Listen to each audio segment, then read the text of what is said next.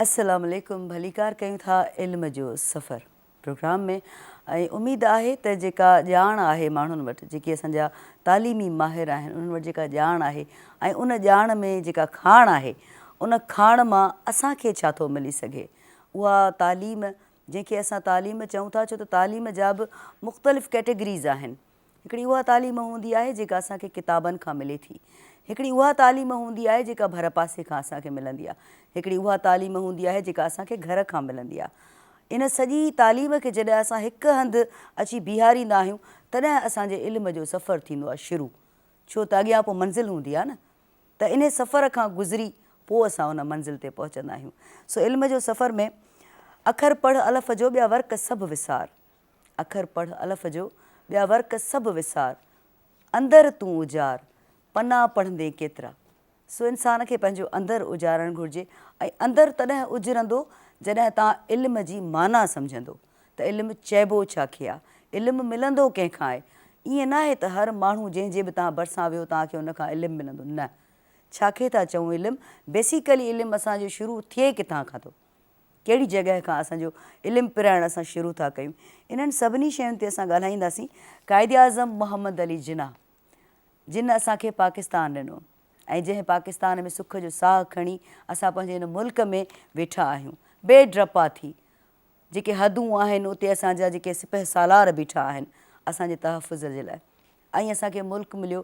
ऐं क़ाइदे आज़म केतिरियूं बि जेके बि स्ट्रगल्स हुयूं या जेके बि उन्हनि जे अॻियां भितूं आयूं, टकराव थिया, उन्हनि सभिनी खे क्रॉस करे विड़ी करे असांखे पंहिंजो मुल्क आज़ादु कराए ॾिनो, जंहिंमें को मतभेद कोन्हे, जंहिंमें हर मज़हब जो माण्हू, हर फ़िरक़े जो माण्हू, हर ॿोलीअ जो माण्हू, हर प्यारु कंदड़ माण्हू, हर अमन पसंदि माण्हू रही सघे थो। इहो मुल्क ॾिनो असांखे क़ाइदे आज़म मोहम्मद अली जिन्ना। अॼोके ॾींहं ते असां खोड़ जेको आहे सो उन्हनि खे ज़ाहिर अॼोके ॾींहं ते यादि कंदासीं। क़ाइदे आज़म मोहम्मद अली जिन्ना खे जनमु ॾिहाड़ो आहे उनजो, ऐं ज़ाहिर आहे उन्हनि जो जनमु ॾिहाड़ो माना ईअं सम्झो मां चई सघां थी त असां सभिनी जो बि जनमु ॾिहाड़ो आहे। असां सभु अॼोके ॾींहं ते ॼावा आहियूं, छो त असांखे हिकिड़ो अहिड़ो माण्हू, अहिड़ी शख़्सियत हिकिड़ी मिली हिन अॼोके ॾींहं ते जंहिं इहो सोचियो त हिन सॼे अवाम खे हिकिड़ी पंहिंजी सुञाणप घुरिजे, उहा सुञाणप आहे पाकिस्तान। सो फ़ख़ुरु आहे असांखे पंहिंजी सुञाणप ते, ऐं उन ते फ़ख़ुरु करणु बि घुरिजे। ॿ जेके मोहतरम मानाइतियूं शख़्सियतूं मूंसां गॾियल आहिनि, तालीम सां ई ज़ाहिर जुड़ियल आहिनि। पहिरीं जेका भेण आहे असिस्टेंट प्रोफेसर आहिनि पाण अंग्रेज़ी अदब में जेको आहे सो, ऐं अंग्रेज़ी अदब, सिंधी अदब, अदब अदब हूंदो आहे, पर असां उन जूं बि कैटेगरियूं ठाहींदा आहियूं। इन्हनि खे बि सम्झण जी ज़रूरत हूंदी आहे। एम एड बि कयल अथनि, बी एड बि कयल अथनि, तमामु सुठी शख़्सियत जूं मालिक आहिनि, ऐं कचहरी ॾाढी सुठी थींदी। घणी ॼाण उन्हनि जी खाण मां असांखे मिलंदी, तव्हांखे मिलंदी, पिराईंदासीं पाण।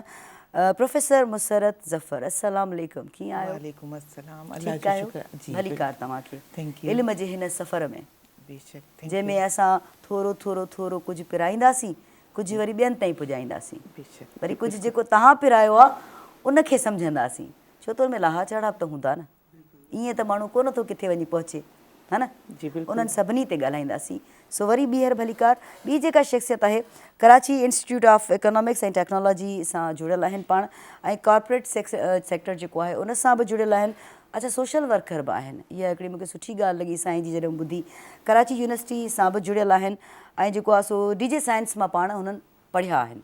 सो साईं वटि बि घणी ॼाण हूंदी, उनखां बि पिराईंदासीं घणो कुझु। सलमान खान साहब, अस्सलाम वालेकुम। वालेकुम अस्सलाम, कैसे हैं आप? खैरियत से हैं? अल्हम्दुलिल्लाह, अल्लाह का शुक्र है, ठीक आप हैं? ठीक हैं? मैं बिल्कुल सर, हमेशा की तरह जैसे आपने शुरू से देखा माशाअल्लाह, तो मैं ऐसी ही हूँ।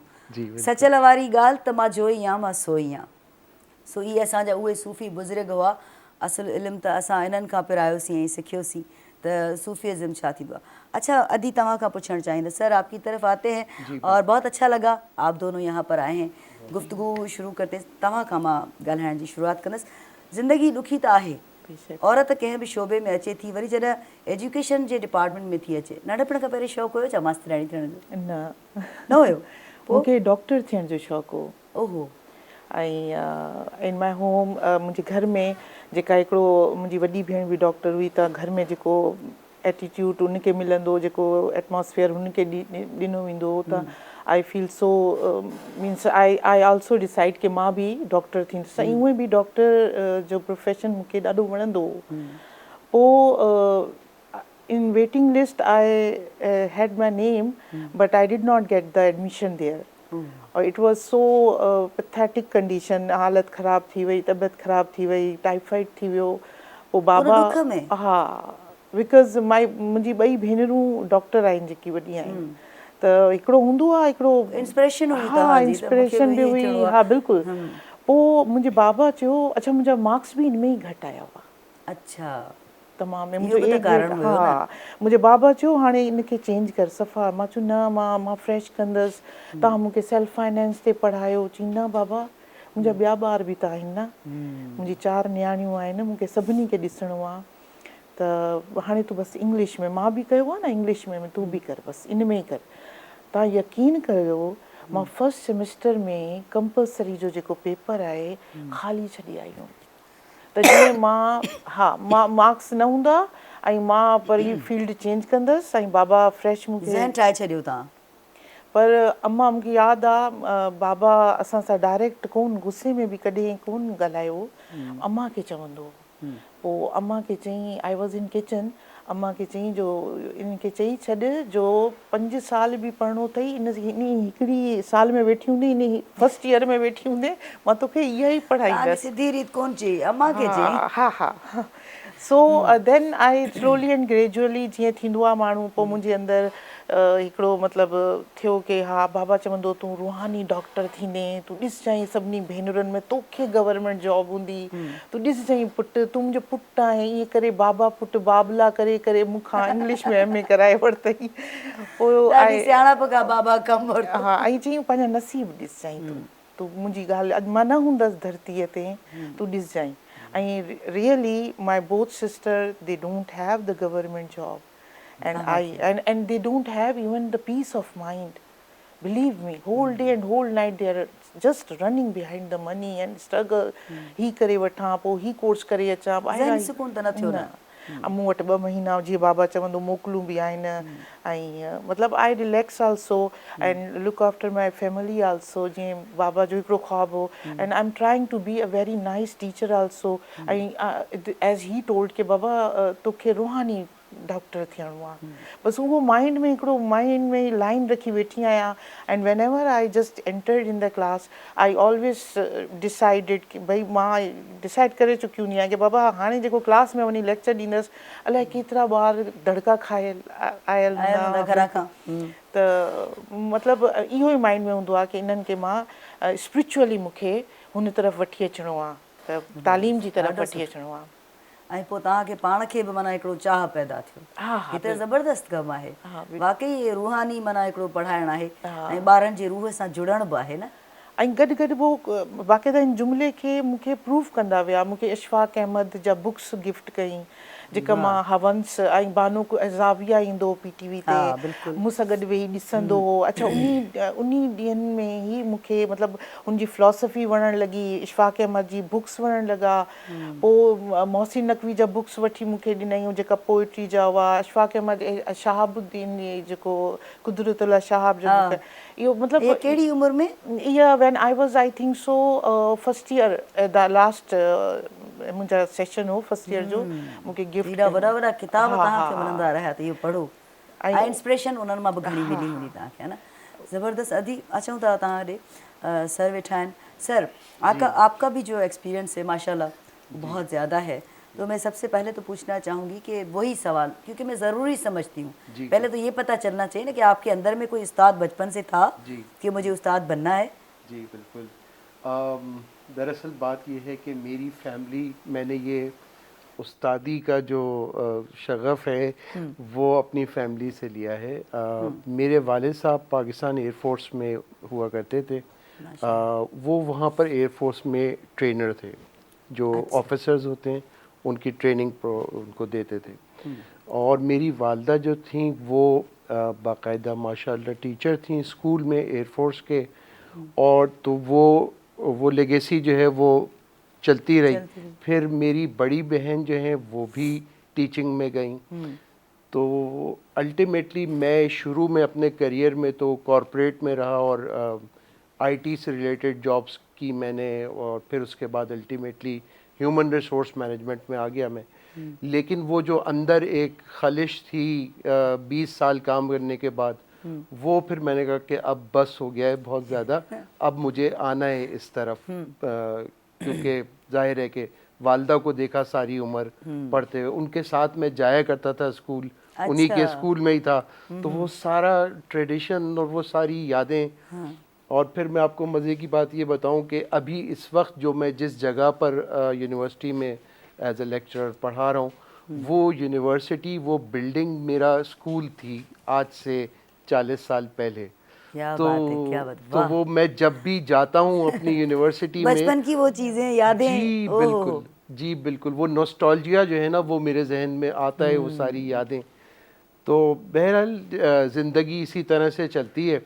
और मतलब ये कहा जा सकता है कि साइकोलॉजिकली और स्पिरिचुअली जी बिल्कुल, दोनों आपके वो जुड़ाव हो गए थे ना, जुड़ गए थे आप। जी बिल्कुल। तो यूँ हमारा सफ़र रहा प्रोफेशनली, 20 साल तक काम किया। अब इस वक्त जो है वो मैं तालीम के शोबे से मुताल्लिक़ हूँ। तालीम हमारे यहाँ बड़ी इम्पोर्टेंस है तालीम की। इवन हमारे बाबा कौम कायद-ए-आज़म मोहम्मद अली जिन्ना ने भी जो है वो तालीम को कितनी अहमियत दी। वो जब अपनी पाकिस्तान मूवमेंट में अपनी स्पीचेस में जाया करते थे, तो वहाँ पर वो, क्योंकि उनकी मेजॉरिटी जो थी वो यंग लोग हुआ करते थे जो उनको सुनने आते थे, तो वो उनको डायरेक्टली बजाय पाकिस्तान मूवमेंट की के बारे में बताने से वो शुरू करते थे कि तुम्हारा मुस्तकबिल क्या है, तुम्हें किस तरफ जाना है, ठीक है, तुम्हारे लिए तालीम कितनी ज़रूरी है। और तालीम तो आपको पता है कि हमारे मज़हब से शुरू होकर मज़हब पर ही ख़त्म होती है। हमारे प्यारे नबी सल्लल्लाहु अलैहि वसल्लम तालीम से उन्होंने जो है वो शुरू किया अपना सिलसिला, अपने सहाबा को, अपने साथ काम करने वालों को, उनको सबको उन्होंने तालीम से ही रोशनास कराया, क्योंकि अरब से पहले तो इग्नोरेंट थे ना, तो उन्होंने तालीम की अहमियत उनको बताई, बाकी चीज़ें भी साथ साथ चली। तो मैं ये कह रहा था कि तालीम बड़ी ज़रूरी है हमारे लिए। अच्छा, हम समहाउ जा तो रहे हैं डायरेक्शन में, अगर ओवरऑल देखें कि 77 साल 78 साल हो गए हैं पाकिस्तान को बने हुए, तो हम जा तो सही डायरेक्शन में रहे हैं ओवरऑल, लेकिन कभी कभार जैसे ऊंच नीच हो जाती है तो उस तरह से हमारा सिलसिला रहता है। तो हमें बस ये फोकस रखना है कि हमारे बड़ों ने हमें क्या सिखाया है, और तो इस तरह से बेसिकली उसी पे चलना चाहिए हमें। और असांजे लाइ ख़ुशी जी ॻाल्हि त इहा आहे त असां सां भेण मुसरत जेका वेठी आहे, असांजे लाइ फ़ख़्र जी ॻाल्हि आहे त उन ई कॉलेज में जेको आहे सो पाण प्रोफेसर आहिनि जिते क़ाइद आज़म पढ़िया हुया।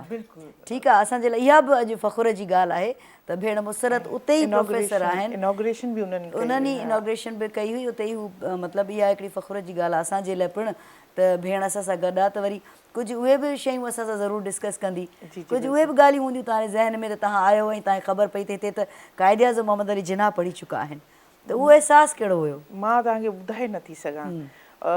मेरे वतन का ख़्यालु रखना, इहो ईको मुंहिंजे कन में ईंदी हुई। And I was, believe me, when I entered in the building, त मूंखे ईअं लॻो कि somewhere my spirit was in the past, हेॾा का घुमी फिरी वई आहे सॼी बिल्डिंग में। ॾाढी नाइस बिल्डिंग, ऐं मूंखे उहे सभु पुराणी ॻाल्हियूं जेॾीमहिल मां मैगज़ीन में बि हींअर खोले पढ़ियूं आहिनि क़ाइद आज़म सां रिलेटेड, ऐं इवन फातिमा जिन्ना जेका उनजी हमशीरा हुई उनजो पासे में, हा जी, क्लिनिक। ऐं बचपन खां हींअर ताईं हिकिड़ो हूंदो आहे न, जीअं once you decide the decision think 1000 times and then once you decide stand by on it. ई क़ाइद आज़म जी सेइंग, वरी इलाही सेइंग्स, यानी क़ाइद आज़म। अच्छा, उनजो घर जेको फ्रेयर हाल ते आहे उहो मां पंहिंजे ॿारनि खे बि वठी वेंदी आहियां, ऐं मुंहिंजी इहो मतिलबु हर मुंहिंजे वेकेशन में इहो आहे, मां होॾा ज़रूरु वेंदी आहियां। ऐं सुठी ॻाल्हि आहे, इहा ॾाढी सुठी ॻाल्हि आहे। मूंखे त मां उहो ई त चयो त मां इहा बि ॻाल्हि ज़रूरु ॿुधाईंदी हलां त अॼोके ॾींहं ते असां तव्हां सां वेठा आहियूं, असां लाइ इहा ऑनर जी ॻाल्हि आहे। छो त मां कॉलेज जॾहिं वई हुअसि त खोड़ मूं हुते तस्वीरूं ॾिठियूं जेके क़ाइद आज़म मोहम्मद अली जिन्ना साहिब जूं लॻल हुयूं हुते, मुख़्तलिफ़ माण्हुनि सां, मुख़्तलिफ़ इवेंट्स सां उहे जुड़ियल तस्वीरूं हुयूं, ऐं ॾाढो सुठो पियो लॻो, सुठो हिकिड़ो अहसासु। छो त असांजे घर जो जेको वॾो हूंदो आहे न, जॾहिं बि असां उहो हयात हुजे या हयात न हुजे, पर जॾहिं बि असांखे उहो यादि ईंदो आहे न त असां प्राउड फील कंदा आहियूं। जेकॾहिं उन को अहिड़ो कमु कयो आहे त क़ाइदे आज़म मोहम्मद अली जिन्ना त असांखे मुल्क ॾिनो आहे। सोणी हिकिड़ी ॿी ॻाल्हि ॿुधाईंदी हलां, हिकिड़े ख़िताब में एड्रेस में क़ाइदे आज़म जो जेको आई ग्लासिस हणंदा हुआ उहो हेठि किरी पियो। अच्छा, आई थिंक सो ख़ुतबा Allahabad, I don't remember the real मतिलबु जो जरूर छा हो ख़ुतबा, पर उन में हू जीअं किरियो आहे त पीपल वर थिंकिंग कि हाणे ही खणंदो हेठि। नो, he did not do that. हुन पंहिंजी पॉकेट मां ॿियो कढियो ऐं उहो पंहिंजी आय ते फिक्स कयो। त बाद में जेका हुनजा फ्रेंड्स हुआ उहो उन्हनि पुछो त उन्हनि जवाब में चयो त मां why should I tell them कि आई कैन नॉक डाउन। वाह वाह, मां उन्हनि खे छो ई मैसेज ॾियां कि मां झुकी बि सघां थो। ज़बरदस्त। ऐं असां झुकण वारा बॉडी माना लैंग्वेज आहियूं। ॾिसो तव्हां, इहा इंस्पिरेशन आहे बिल्कुलु हिकिड़ी, इहो बिल्कुलु उत्साह आहे बिल्कुलु हिकिड़ो जेको असां सभिनी खे सम्झणु घुरिजे। अच्छा सर, इल्म की जब हम बात करते हैं तो पहले तो हमें समझना चाहिए ना कि इसका मकसद, इसका मफहूम क्या है। हर इंसान के पॉइंट ऑफ व्यू से या नज़रिए से, सोच से इल्म का मकसद डिफरेंट है। मैं समझती हूँ, मेरा ज़ाती ख्याल है, ज़रूरी नहीं है कि मैं ठीक बोल रही हूँ, लेकिन मैं समझती हूँ कि हर इंसान इल्म का डिफरेंट एक मफहूम रखता है। आप कैसे डिफ़ाइन करेंगे कि इल्म हम बेसिकली कहते किसको हैं? देखिए, इल्म एक ज़िंदगी गुजारने का, एक अच्छी ज़िंदगी गुजारने का टूल है। मैं ये समझता हूँ, मेरा ये तरीक़ा है। अगर जैसे कि आप कोई काम करते हैं तो आपको डिफरेंट टूल्स की ज़रूरत होती है ना काम करने के लिए। अच्छे टूल्स होंगे आपके पास तो वो काम अच्छे तरीके से हो सकता है। ज़िंदगी अगर अच्छी गुजारनी है तो इल्म होना चाहिए आपके पास। और इल्म अगर देखें तो अल्लाह ताला की सिफत है, ठीक है, या अलीम अल्लाह ताला का एक नाम है, इल्म किसे रहे। तो हमारे लिए तो ये बहुत बड़ी सादत है कि हम इल्म हासिल करें और तरीक़े से तरह तरह से तरीक़े से इल्म हासिल करें। तो मेरा ये ख़्याल है कि इल्म को हासिल करना, और ख़ाली इल्म हासिल करना नहीं, उस इल्म को हासिल करके अपनी लाइफ में, अपने साथ काम करने वालों की लाइफ में, अपनी फैमिली मेंबर्स की लाइफ में, अपनी नेशन के साथ उसमें इम्प्लीमेंट करना, ये असल बात है। आपने फॉर एग्ज़ाम्पल अगर मैडम ने अंग्रेज़ी में जो है वो तालीम हासिल की है तो मैडम उसको शेयर कर रही हैं अपने स्टूडेंट्स के साथ, अपने साथ काम करने वालों के साथ, तो ये एक खिदमत है। मैंने जो तालीम हासिल की है मैं अपने स्टूडेंट्स के साथ शेयर कर रहा हूँ, अपनी कौम के साथ, अपने आने वाली जनरेशन के साथ मेरी जो इल्म है, जो मेरी नॉलेज है वो मैं शेयर कर रहा हूँ। ये है असल मकसद इल्म हासिल करने का। आगे बढ़ाओ, आगे बढ़ाएं, बिल्कुल। और इनको लोगों ने आजकल अनफॉर्चुनेटली लोगों ने इसको ज़रिया माश समझ लिया है। एग्जैक्टली, बिल्कुल समझ लिया है, ये ज़रिया माश है, ठीक है, लेकिन असल मकसद इल्म का ये है कि दूसरों के साथ शेयर करें। बिल्कुल, जो आपके पास नॉलेज है या जो आपके पास कोई यूनिक सी चीज़ है, जी बिल्कुल, उसको आप आगे भी फैलाएं। बिल्कुल, अॻियां बि माना उनखे वधाइणो आहे। इवन इल्म इहो बि ॿुधाए थो कि कहिड़े वे में साम्हूं वारे खे ॾियणो आहे ऐं केतिरी हद ताईं ॾियणो आहे। बिल्कुल बिल्कुल, इहो बि इल्मु ऐं छो त इन में वरी एज फैक्टर बि त अचे थो न। छो त जेकॾहिं मां सवाल कंदसि तव्हां ॿिन्ही खां, दोनों से ये सवाल ज़रूरी समझती हूँ, इल्म की शुरुआत कहाँ से होती है, हम क्या समझते हैं? तो पहले तव्हां ॿुधायो किथां खां थी शुरू थी थिए? माउ जे पेट मां ई शुरू थी वञे। माउ जे पेट मां शुरू थी थिए ऐं माउ ई ज़हरा जेको कुझु माउ जो अमल आहे, बिल्कुलु, जेको ॿुधंदी, जेको ॻाल्हाईंदी, जंहिं माहौल में हूंदी, वरी जेॾीमहिल ॿारु पैदा थींदो हिन में हूंदो, पोइ जीअं लोरी ॻाईंदी, पढ़ाईंदी, नंढे हूंदे खां ई ॾिसो मदर शुरू थी वेंदी आहे। ऐं पोइ फ्रॉम द चाइल्डहुड, अच्छा, इल्म सां गॾु वरी तरबियत बि, ॾिसो तालीम तरबियत ॿई, तालीम सां गॾु तरबियत जो कंपलसरी आहे, अदरवाइज़ तालीम इज़ वी कैन से उहो सोल जे बग़ैर आहे, उनजी रूह ई न आहे। त मां नंढे पिण खां मतिलबु चाइल्डहुड खां ई वेहणु, उथणु, ॻाल्हाइणु, हलणु, ऐं केतिरी फ्रीक्वेंसी केतिरी रखणी आहे आवाज़ जी, स्पेशली लेडीज़ खे मां जेको मदर जीअं ब्रिंगअप कंदी आहे, घणो ज़ोर सां न ॻाल्हाए, खिल बाबा आराम सां तरीक़े सां, असांजी तहज़ीब में ईअं न आहे। त माउ जो जेको आहे न रोल फ्रॉम द चाइल्डहुड, पहिरें ॾींहं खां, वॾो रोल, उनजो किरदारु वॾो आहे।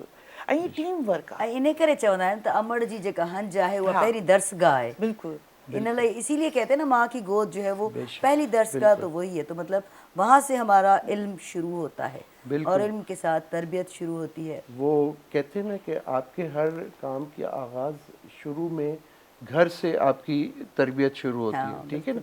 तो फिर उसके बाद जब माँ का तरबियत शुरू होती, फिर आप थोड़ा सा ऊपर और अगर जाएं आगे तो फिर आपकी स्कूलिंग का टाइम आता है, आपको अपनी नॉर्मल तालीम हासिल करनी है। अच्छा, वहाँ पर तालीम, और ये कहा गया है और ये बहुत इस पर बात भी होती है कि तालीम खाली तालीम काफ़ी नहीं है। तालीम के साथ, जैसे मैडम ने कहा, मैं बिल्कुल उनको सेकंड करता हूँ कि तालीम के साथ तरबियत बहुत ज़रूरी है। और ये तरबियत, पहली तरबियत तो माँ और बाप से मिलती है बच्चे को। फिर उसके बाद आता है उस्ताद का रोल। बिल्कुल। ठीक है, उस्ताद खाली टेक्स्ट बुक पढ़ाकर अपनी जिम्मेदारी पूरी नहीं कर सकता, उस्ताद को तरबियत भी करनी है, जो आजकल ज़रा हम इसमें पीछे हो रहे हैं। Exactly. लेकिन जो नहीं होना चाहिए, जो नहीं होना चाहिए बिल्कुल। और हमें इसको जो है ना वो फोकस करना चाहिए कि बच्चों की तालीम, किताब, निसाबी तरबियत भी ज़रूरी है, ज़रूरी और एजुकेशन और ट्रेनिंग, और ट्रेनिंग में कैरेक्टर बिल्डिंग, सबसे Yes, ज़्यादा बेशक। कैरेक्टर बिल्डिंग, इंसान की फितरत को डेवलप करे उस्ताद जो है ना वो, इसलिए भी है उसका उसका ये मेरा ख्याल, मेरा अपना पर्सनल बिल्कुल ख्याल ये है सही, कि बिल्कुल। और आप दोनों की बात से मैं एक तीसरी चीज़ को भी इंक्लूड ज़रूर करूँगी कि तालीम, तरबियत और शऊर, शव ठीक है ना, ये भी तो एक मतलब इसका भी एक अलग से एक नॉलेज जी होती है जो अलग से पढ़ाया जाता है कि आप शऊर कहाँ से मिलता है आपको।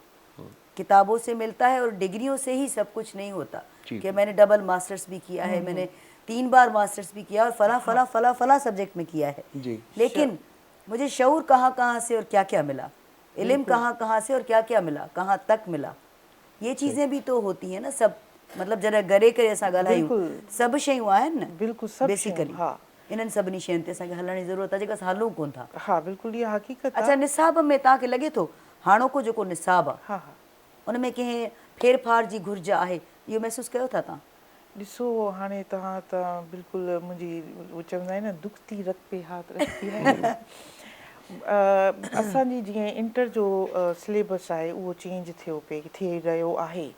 अच्छा, फर्स्ट ईयर जो बि थी चुको आहे। Okay, we are going to, मां इंग्लिश जी ॻाल्हि कंदसि स्पेशली हियर, त हुन में असांखे ख़बर पई जो मशहूरु शाइर आहिनि उन्हनि खे रखियो वियो आहे, सभु कुझु ठीकु आहे। मूंखे इहो कंप्लेन रही आहे जेको निसाब में, हाणे तव्हांजी फाइट आहे आइंस्टाइन, बर्ट्रैंड रसल सां, ठीकु आहे, ऐं तव्हां उन फिलॉसफी सां डिवोटेड फ्रेंड ऑस्कर वाइल्ड सां आहे, शेक्सपियर, तव्हां उन्हनि खे साइड ते करे छॾियो आहे। ऐं तव्हां जेका, no doubt they are also renowned, जेका तव्हां रखा आहिनि, I am not going to criticise them, पर तव्हां ॾिसो पोइ इंग्लिश लिटरेचर जो, ऐं पोइ असां पोइ सिंधी लिटरेचर या पोइ का अहिड़ो लिटरेचर यानी मिक्सअप करे छॾियो अथनि, मिक्स करे जेको इंटर जो बुक अचे पियो उनमें मिक्स, सभु मिक्स करे पर छॾियो। एॾा वॾा जेके तव्हां नाला खयां जेके असां सभु सुञाणूं था, पर इन सां गॾोगॾु अंग्रेज़ी अदब जी ॻाल्हि था कयूं, जेकॾहिं अदब जी ॻाल्हि था कयूं पाण, त इन ई अंग्रेज़ी अदब में असांजे पंहिंजे पाकिस्तान जा जेके हीरोज़ आहिनि, असांजे पंहिंजे सूबनि जा, सिंध, पंजाब, KPK, उन्हनि जा बि त हीरोज़ आहिनि। ऐं Soni, one thing that is, मुंहिंजी तव्हां पॉइंट थोरो सम्झिजो कि यूनिफाइड न आहे, जेको सिलेबस हिननि डिसाइड कयो आहे उनमें कट एंड पेस्ट कयो अथनि माज़रत सां, यानी उहो गूगल तां सर्च करे जेका वॾा वॾा एसेज आहिनि उनमें एक्सपर्ट जेका हूंदा आहिनि, लाइन्स खणी आई, अच्छा एक्सरसाइज़, अच्छा इहो बि न ॾिठो अथनि, हीउ जेको सुवालु आहे उहो जेको कट एंड पेस्ट में उहो पोर्शन आहे बि सही आहे कोन, मतिलबु तहक़ीक़ कान्हे, मवाद पूरो करणो आहे, ईअं न, रिसर्च कान्हे का बि, पन्ना पूरा करणा, त इहा त माना गणतीअ वारी ॻाल्हि आहे। इहा बिल्कुलु आहे, इन ते त माना गणती थी थिए। सोचणु खपे असांजी। सर, क्या कहना चाहेंगे? देखिए, बात हो रही है, मैडम ने निसाब की तो बात की, उसमें जो तब्दीलियां हैं, एक चीज़ हमारे यहाँ जो ज़रूरी है और उसको फ़रोग़ देना चाहिए, वो तहक़ीक़ बहुत ज़रूरी है, क्योंकि जब तक हम तहक़ीक़ करके चीज़ों को डेवलप नहीं करेंगे, अपने कॉन्सेप्ट्स को डेवलप नहीं करेंगे, हम सिर्फ़ दूसरी कौमों के, दूसरे लोगों के लिखी हुई चीज़ें अपने यहाँ इंपोर्ट कर कर और उनको अगर अपने बच्चों को पढ़ाएंगे तो वो उसका कोई फ़ायदा नहीं होगा, बिकॉज के उन्होंने जो तहकीक की, उन्होंने जो काम किया, उन्होंने जो लिखा वो अपने माशरे के मुताबिक लिखा। ठीक है, हमारे यहाँ ये ट्रेंड अब चल रहा है और इंशाल्लाह आगे इसको बढ़ाया जाएगा कि तहकीक के थ्रू हम अपने माशरे की अपनी चीज़ें जो हैं वो निसाब में लेकर आएँ, उनको हम निसाब में लेकर आएँ। तो ये ज़्यादा जो है वो मेरे ख्याल मैडम इसको सेकंड करेंगी मेरी आई इस बात को। सेकंड यू बिल्कुल। पर टीम अब हमारे सीनियर्स की टीम होनी चाहिए जो बैठकर इस पर, जो before going to decide the syllabus उस पर भी बहस हो, पोस्ट उस पर डिबेट हो, फिर वो ऑन एयर। यहाँ तो अभी डिसाइड कट एंड पेस्ट हुआ और ये गूगल पे चला गया, वहाँ से फिर दूसरे उसने उसको भेजा, उसने उसको, ये हले पियो ऐं थियण ईअं घुरिजे त समूरा मां त इहो भाईंदी आहियां त मूंखे ईअं लगे थो, मैं उर्दू में भी ज़रा ये जुमले को, क्योंकि अहम जुमला है इसलिए मैं उर्दू में भी बोलूँगी ताकि सब समझें कि जब सूबा एक है तो बोर्ड भी एक होना चाहिए। बिल्कुल। जब सूबा एक है तो उसमें डिवीज़न नहीं होने चाहिए। जी बिल्कुल। कि मतलब वहाँ का बोर्ड डिफरेंट है, वहाँ का बोर्ड डिफरेंट, है। मतलब पूरे एक सूबे का एक ही बोर्ड होना चाहिए जिसमें कम्प्लीटली जहाँ जहाँ से लोग आ रहे हैं, जो मेन प्रिंसिपल्स होते हैं वो आ रहे हैं, उनके साथ बैठ के निसाब पर डिस्कस होनी चाहिए।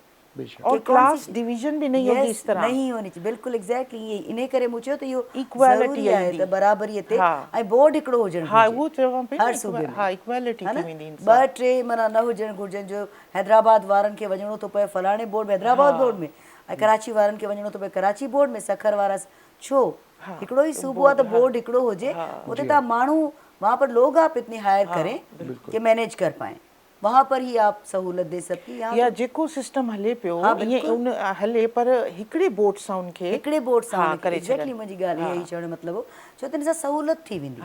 सहूलत थी वेंदी। निसाब में इलाही शयुनि जी अञा घुरिज आहे, इलाही शयूं ख़तमु थींदियूं सोनी। बिल्कुलु बिल्कुलु इक्वालिटी अची वेंदी निसाब में, उहिदनि में, मोहब्बतनि में मसावात अची वेंदी, बिल्कुलु बराबरी अची वेंदी। ऐं ॾाढो ज़रूरी आहे त हमें अपने हीरोज़ को प्रोमिनेंट करना चाहिए अपने निसाब में। बिल्कुल बिल्कुल बिल्कुल। हमें अपने जो हमारे मुल्क के हीरोज़ हैं, हर सूबे की बात करें, मुल्क की जब बात हुई तो हर सूबा आ गया ना, तो इलाही असांजा अहिड़ा हीरोज़ आहिनि जिनखे नुमाया कयो।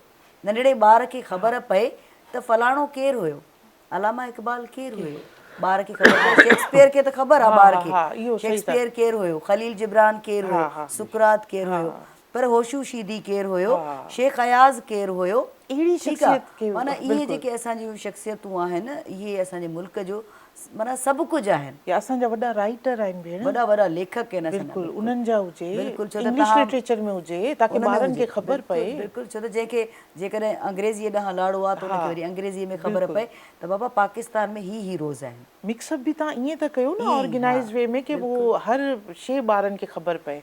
हमारा कल्चर इतना रिच है और इतनी उसकी डायमेंशंस हैं अलग अलग तरह की। मैं अभी बात कर रहा था आपसे पहले कि ये जो गुलदस्ता रखा हुआ है हमारा मुल्क ऐसे ही है, बिल्कुल तरह तरह के फूल हैं, अलग अलग रंग के, अलग अलग खुशबुओं के फूल रखे हुए, तो यही हमारे सारे सूबे और हमारी सारी कौमियतें सब ये इन्हीं फूलों की तरह मिलकर एक गुलदस्ता बनाते हैं। लेकिन हार्मनी देखें, यूनिफाइड देखें, तभी तो ये अच्छा लग रहा है। कंपोजिशन ॾिसो ऐं ॿियो त कहिड़ी रीति कहिड़े कलर खे कहिड़े रंग खे कहिड़े रंग सां जोड़णो आहे, बिल्कुलु इहो बि ज़रूरी आहे। इहो कमु आहे उस्ताद जो, इहो कमु उस्ताद कंदो आहे त उनजे क्लास में जेकॾहिं 60 ॿार आहिनि त उनजो फ़र्ज़ु आहे त कहिड़े ॿार खे मूंखे किथे रखिणो आहे। ॾाढो सुठो था चयो। मां हीअं तव्हांखे हिकिड़ो एग्जाम्पल ॾियां। आई ऑलवेज थिंक बीएड जॾहिं असां कई पई कि हम सेंटर में खड़े हैं और हमारे इर्द गिर्द सर्कल है, तो हमारे टीचर कहते थे कि जो भी आप बात करेंगे तो वो जो इंटरनल बच्चा आपको देख रहा होगा वो तो एक ही जाविये से देखेगा, लेकिन उसके साथ साथ जो बाहर उसके एंगल्स बनेंगे सोच के वो तमाम के डिफरेंट होंगे, तो आपने वो भी कवर करने हैं। इट इज़ रियली 60 ॿार वरी उन्हनि खे यकीन कयो नॉटी भी आहिनि, इंटेलिजेंट भी आहिनि, गॉड गिफ्टेड भी आहिनि, सिली भी आहिनि त लेज़ी भी आहिनि, and even few are very मतलब इंटेलिजेंट, ॾिंगा बि हूंदा भी आहिनि, त उन्हनि खे त साम्हूं विहारे छॾिबो आहे। जेका हा, ॾींदा आहिनि उन्हनि खे- साइड ते विहारे छॾिबो आहे ऐं उन्हनि खे मॉनिटर करे छॾिबो आहे कि बाबा तव्हां लुक आफ्टर कयो सॼी क्लास खे ऐं पंहिंजो पहिरें सां प्लैनिंग करे वञिबी आहे अॼु कहिड़ो टॉपिक आहे अकॉर्डिंग टू द डायरी ऐं पोइ उनखे डिलीवर कबो अच्छा, लेक्चर। जॾहिं असां पढ़ियासीं, जब हम पढ़े सर, तो उस वक्त का जो मयार था तालीम का वो कुछ और था जी। कि हमें आज भी वो चीज़ें याद हैं, हम वो चीज़ें नहीं भूले क्योंकि हमारे बिल्कुल। टीचर्स हमें रटाया नहीं करते थे, बिल्कुल, हमें बिल्कुल। समझाया करते थे कि बोर्ड पे हमारे एक जुमला भी तब तक नहीं मिटाया करते थे जब तक एक एक से हमारा टीचर नहीं पूछता था जी। आपको समझ आया, आपको समझ आया, आपको समझ आया, फिर बिल्कुल। वो जुमला हमारे टीचर मिटाया करते बिल्कुल, थे, बिल्कुल। है ना। ऐसे ही होता था, जबकि हमारे पास बुक नहीं हुआ करते थे ना, तख्ती थी, तख्ती पे पढ़ते थे हम। जब बेशक, मैं अपने बचपन में जा रही हूँ तो तख्ती थी, अब मैं इतनी बूढ़ी नहीं हूँ, मैं बता रही हूँ कि हमारे ज़रूर बड़े होंगे, सही, बेस सही। हमारा ये था कि वो तख्ती हुआ करती थी, लेकिन हमारा जो उस्ताद था वो तब तक उस जुमले को, उन्हें जुमले खे ड्राहींदो न हुयो जेसी ताईं ॿार खे सम्झ में न अची वञे। 60 भली 60 ॿार हुजनि, भली पीरियड ख़तमु थी वञे, असांखे चिठी रीति यादि आहे।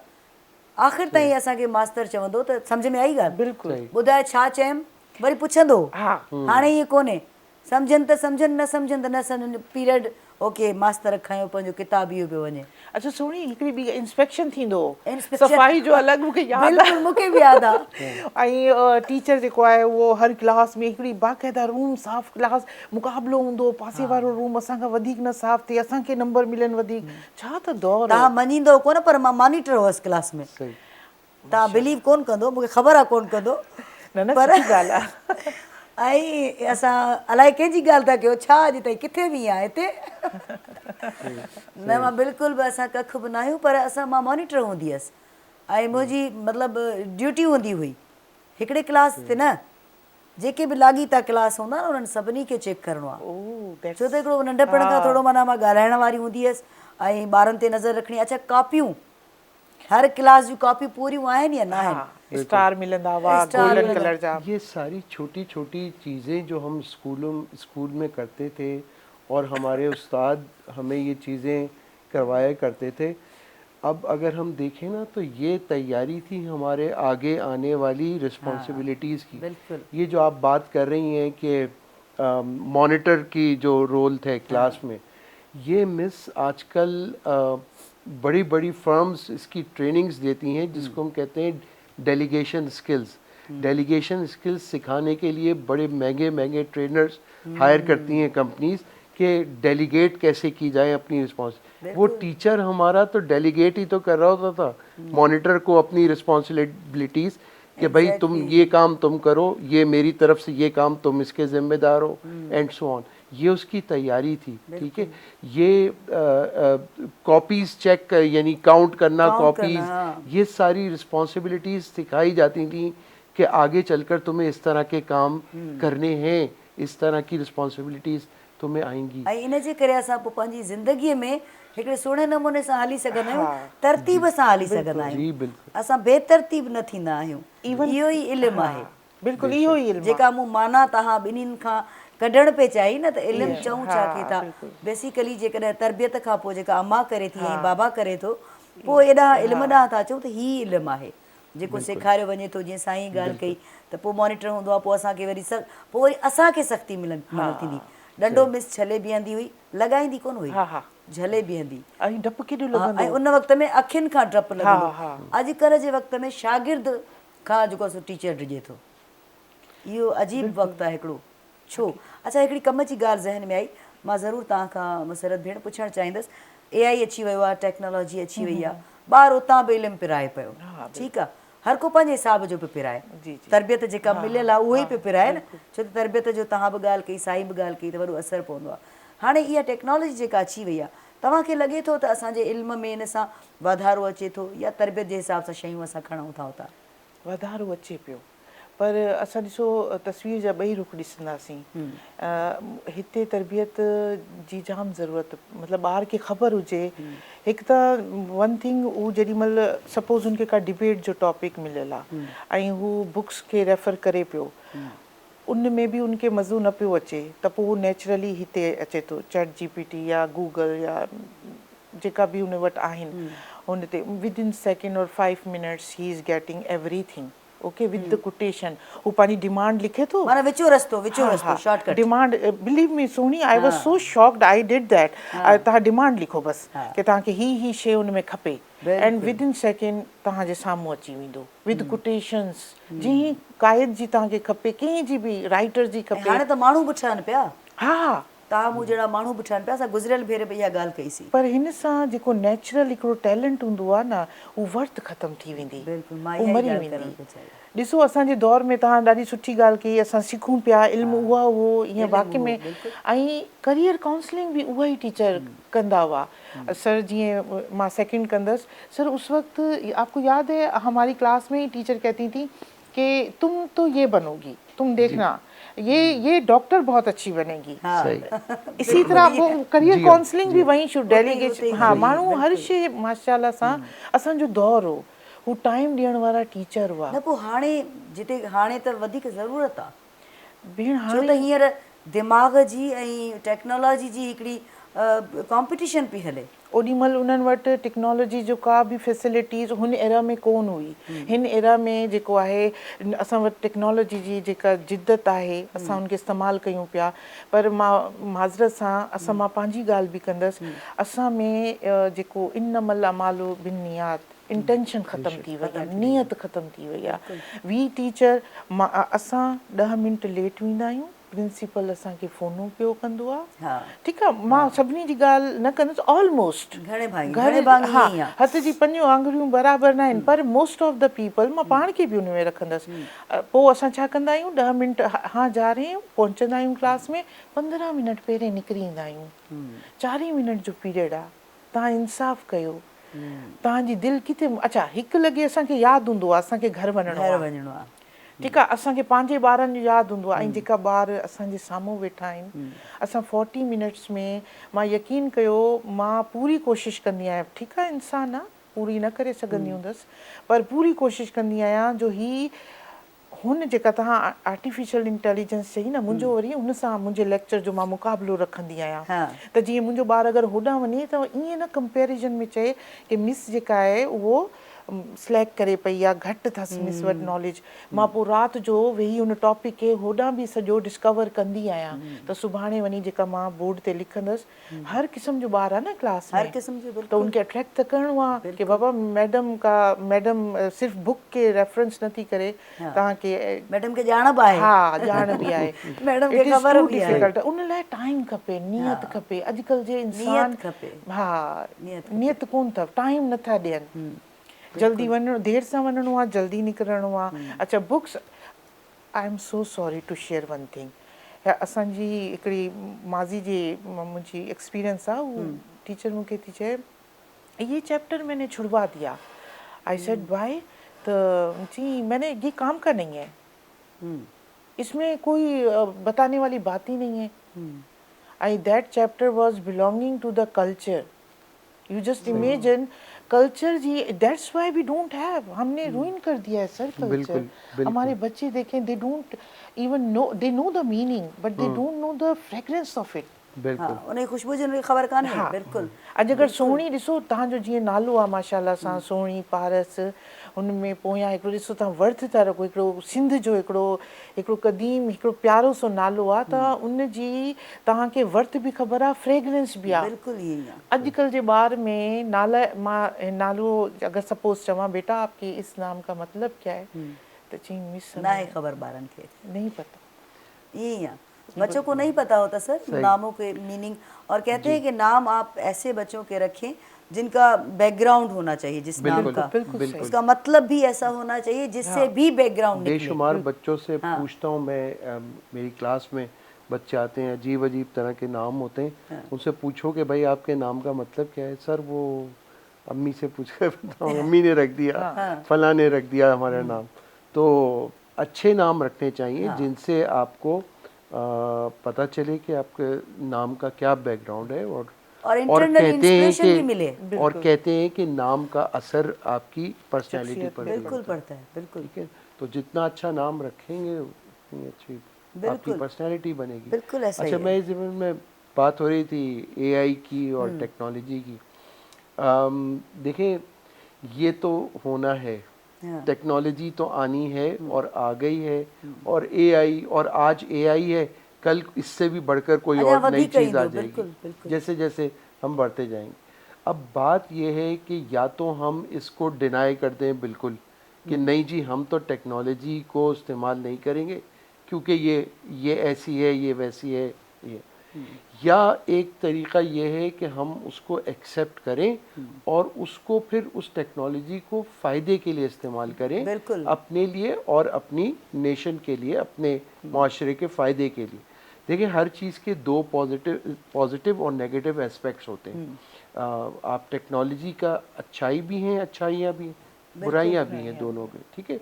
एआई में भी ऐसे ही है कि एआई आपको, लेकिन एआई की एक ख़ास बात जो मैंने ऑब्ज़र्व की है वो ये है कि ये इंसान की भी, जब मैडम भी बात कर रही थी कि ये हमारी सोचने की जो माइंड की कॉग्निटिव एबिलिटीज़ हैं उनको ये डिसेबल करती जा रही है। हाँ, क्योंकि बिल्कुल।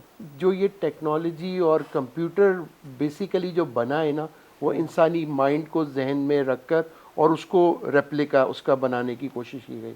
तो अब क्या हो रहा है कि हम जैसे जैसे अपनी सोचने के जो काम हैं, हमारे माइंड से काम लेने के जो टास्क हैं, वो अगर हम कंप्यूटर को देते जाएंगे, टेक्नोलॉजी को देते जाएंगे, तो हमारा माइंड फिर वो काम नहीं करेगा और कुछ अरसे के बाद वो जंग आ जाएगा एक लेकिन तरह से उसमें। मतलब हिकिड़ी इहा ॻाल्हि बि त सोचण वारी आहे त कंप्यूटर बि त इंसान ई ठाहियो आहे न। हाँ, हाँ, कंप्यूटर पाण त कोन ठहियो आहे, हाँ, उहो बि कंहिं हिकिड़े दिमाग़ वारे माण्हूअ ई ठाहियो आहे। जी जी बिल्कुल। मतिलबु उहो बि अहिड़ा दिमाग़ बि आहिनि जिन इहे शयूं ठाहियूं आहिनि, जिन एआई खे ठाहियो आहे या जिन जेपीटी खे ठाहियो आहे या जेकी बि इहे टेक्नोलॉजी आहे, जी। उहा बि इंसान ई ठाही आहे। बिल्कुल। ऐं उहे हाणे ॿिया इंसान पिया ठाहिनि। हाँ। सो तव्हांजे सिलेबस में या तव्हांजनि, मां भायां थी त तव्हांजे स्कूलनि कॉलेजनि में ईअं थियणु घुरिजे जो इन हवाले सां बि हिकिड़ा सेशन्स बिल्कुलु थियणु घुरिजनि इहो मां चवण जिन वारी में हुयमि, नेगेटिव पॉज़िटिव ॿई पासा शागिर्दनि खे ॿुधाया वञनि। बाक़ाइदा वर्कशॉप्स थियनि, वर्कशॉप्स हिन ते, थियणु हाँ, घुरिजनि, बिल्कुलु थियणु इनके वॾे घुरिजनि। बिल्कुलु थियणु घुरिजनि सर, ताकि ॿारनि खे ख़बर पए। ख़बर पए, बिल्कुलु सर, ऐसे ई आहे। ॿारनि खे ख़बर पवे त हिन जो फ़ाइदो बि आहे ऐं हिन जो नुक़सानु बि आहे। बेशक, तव्हांजी मर्ज़ी आहे, तव्हां कीअं, तव्हांजा थिया आहिनि कॾहिं अहिड़ा सेशन्स कया आहिनि जी बिल्कुल आए कॉलेज में पंहिंजे? कॉलेज। अच्छा, पोइ रिज़ल्ट छा मिलंदो आहे, मोट छा मिलंदी आहे ॿारनि जी, छा रिस्पॉन्स हूंदो आहे ॿारनि जो? अच्छे रिस्पॉन्स आ रहे हैं, अच्छा रिस्पॉन्स है इसमें। पॉज़िटिव वारे पासे घणा हूंदा आहिनि या नेगेटिव वारे पासे घणा हूंदा आहिनि? पॉजिटिव वाले ज़्यादा है। सुठी ॻाल्हि आहे। ॿियो उस्ताद ते बि डिपेंड करे थो त ॿार खे अट्रैक्शन कहिड़े पासे ॾियाराए थो। जी जी बिल्कुल। जीअं मूं हींअर ॻाल्हि कई त कंप्यूटर बि असां ई ठाहियो आहे, बेशक। कंप्यूटर असांखे कोन ठाहियो आहे न। पर उन सां ॾिसो ठाहियो त असां आहे, पर सर जो जीअं चयो पिए, सर मां सेकेंड कंदुसि, हम लोग फिर लेज़ी हो गए हैं, हाँ ना, कंफर्ट जोन में चले गए। उसी तरह अब हमारे ब्रेन का होगा कि हम, आप देखिए मौसीकी को ही ले लें आप, माजी में क्या वो रियाज करते थे, कैसे, अब आप एक गाना गाएं, कंप्यूटर पे आप वो डालें, वो खुद ही सेटल करता है, वो खुद ही वो सेट करेगा और वो खुद ही आपका बाकायदा आपको अपनी आवाज़ ही ऐसे लगेगी जैसे आप बेसुरों को सुर में ले आता है हाँ। कंप्यूटर। अच्छा, तव्हांखे कीअं ख़बर पई त मां इहो कमु कंदी आहियां?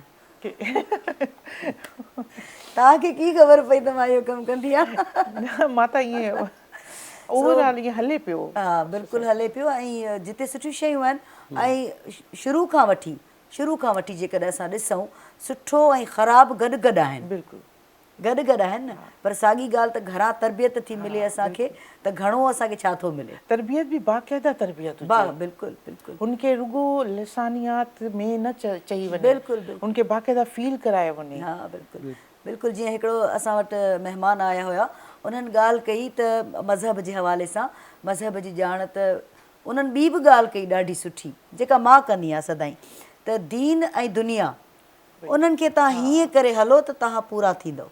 बेशक ॿई शयूं गॾु सम्झो, छो त जॾहिं तव्हां दीन खे पूरी तरह सम्झी वेंदो, क़ुर पाक खे, हिकिड़ो त असां तर्जुमे सां कोन था पढ़ूं, अरबी में था पढ़ूं, अरबी ज़ाहिर आहे असांजी ॿोली न आहे, तव्हांजी जेका ॿोली आहे तव्हांखे उन में ई ख़्वाब बि असांखे पंहिंजे अमड़ जी ॿोलीअ में ईंदा आहिनि न।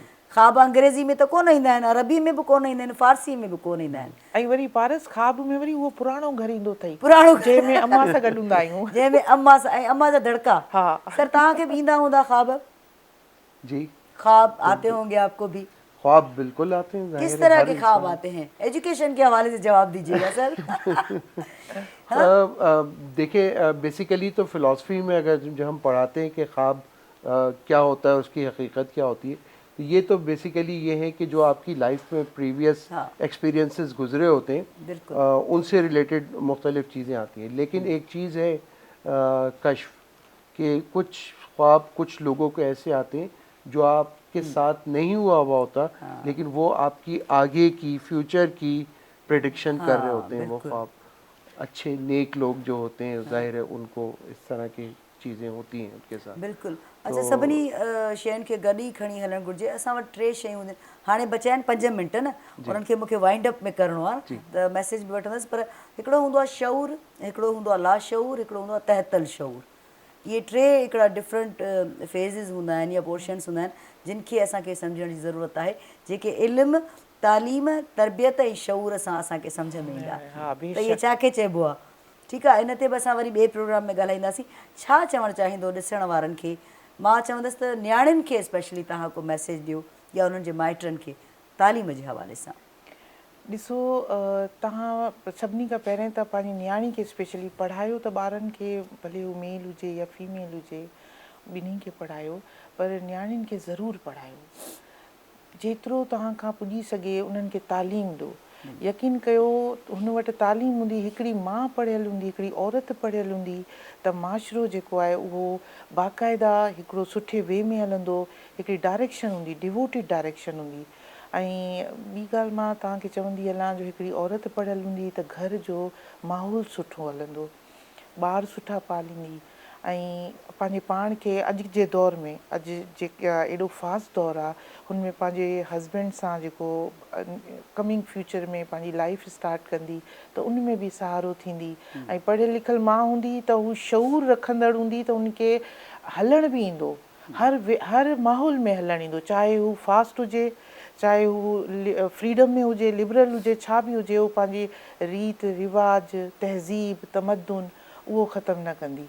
मां हिते एग्ज़ाम्पल ॾींदी हलां, मुंहिंजी नंढड़ी जेॾी महिल पैदा थी, त मां पंहिंजे हस्बैंड खे चयो कि मां हिनखे हाफ़िज़ कंदसि, ऐं मां हिनखे सिटी मतिलबु मां अंग्रेज़ी स्कूल या प्राइवेट में न पढ़ाईंदसि।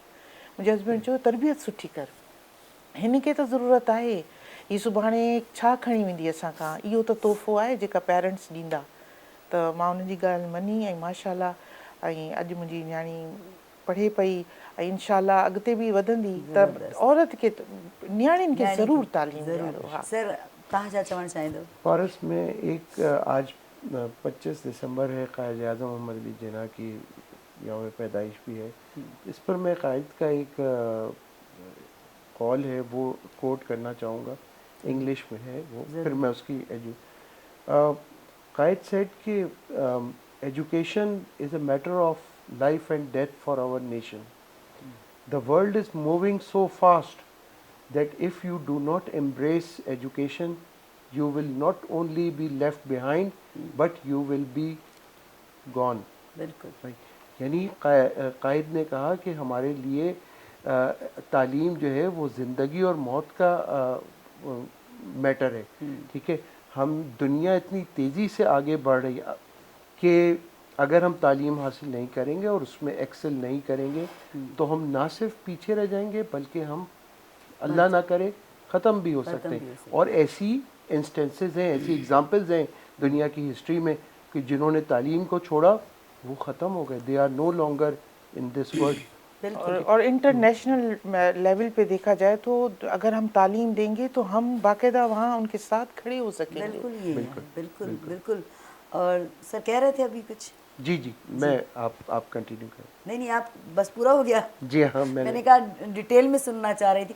सर बहुत शुक्रिया, हाँ। ॾाढो सुठो लॻो मूंखे तव्हां सां कचहरी करे, पर जेतिरो वक़्तु बादशाह आहे न उन सां गॾु हलणो हूंदो आहे। सो थैंक यू सर, बहुत बहुत शुक्रिया। असांखे बि इलाही मज़ो आयो माशाअल्लाह सां। मूंखे उमेदु आहे सुठो लॻो हूंदो तव्हांखे। इल्म जो सफ़र त हलंदड़ आहे न, बीहंदड़ त आहे ई कोन। सो वरी गॾु थींदासीं पाण। ऐं हीउ जेको सफ़र आहे जंहिंखे चऊं था पाण इल्म जो सफ़र, इहो आख़िरी साह ताईं हलंदो। ऐं कॾहिं बि इहो न सम्झिजो त हाणे मां सिखी छॾियो सभु कुझु, हाणे मूंखे सभु कुझु ख़बर आहे, हाणे मूंखे तूं न ॿुधाए, न, कन थींदा कयो सदाईं। मतिलबु ॿुधण जी अहलियत रखो पाण में, सदाईं ॿुधो, ॿुधंदा रहो, ॿुधंदा रहो, ॿुधंदा रहो, तॾहिं वञी तव्हांखे ख़बर पवंदी त मूंखे केॾांहुं वञिणो आहे ऐं मूंखे छा करिणो आहे। जॾहिं ॿ माण्हू ॻाल्हाइनि, इहो बि तालीम ऐं तरबियत जो हिसो आहे, ॿ माण्हू ॻाल्हाइनि त विच में न ॻाल्हायो। तव्हांजी अम्मा बाबा फ़ोन ते ॻाल्हाइनि त विच में न ॻाल्हायो, फ़ोन ते ॻाल्हाए वठनि त पोइ ॻाल्हायो। कॾहिं बि कंहिंखे इरिटेट न कयो। ज़िंदगीअ जो मक़सद खे सम्झो। ज़िंदगी जो मक़सदु हीअ घड़ी आहे, हीअ जेका पाण वेठा आहियूं न, दिस इज़ लाइफ। माज़ी वियो, ईंदड़ वक़्त जी कंहिंखे ख़बर कान्हे। हिन ज़िंदगीअ खे जी वठो, हिन में पढ़ी वठो, हिन में अॻिते वधी वठो ऐं वण थियण जी कोशिशि कयो। मां सदाईं चवंदी आहियां, ऐं इल्मु तव्हांखे हर हंधा मिलंदो। हेतिरे ॿार खां तव्हांखे इल्मु मिली सघे थो। ऐं जेके वीचारा मासूम चरिया घुमंदा आहिनि, जिन खे चवंदा आहियूं चरिया आहिनि, दरवेश आहिनि, फ़क़ीर आहिनि, कॾहिं वेही ॾिसो, कचहरी करे ॾिसो, उन्हनि खां तव्हांखे केतिरी ॼाण थी मिले। घणो कुझु उन्हनि वटि आहे जेको असां पढ़ियल लिखियलनि वटि बि कोन्हे। ॻोठनि में वञो, ॿहिराड़ियुनि में, हद खां वधीक ॼाण हुननि वटि आहे जेतिरी असां एजुकेटेड माण्हुनि वटि बि नाहे। सो उन्हनि खे अॻिते वधायो ऐं सुठी ॻाल्हि आहे त न्याणी पढ़ायो। अहम ॻाल्हि बि इहा ई आहे, छो त न्याणी पढ़ंदी त सॼो कुझु तव्हां सम्झो तव्हांखे ओके ई मिलंदो। ख़ुशि रहो, किताब खां परे न थियो, टेक्नोलॉजी सां ज़रूरु जुड़ो, किताब खां परे न थियो। किताब साण हुजे, किताब तव्हांजो उहो दोस्त आहे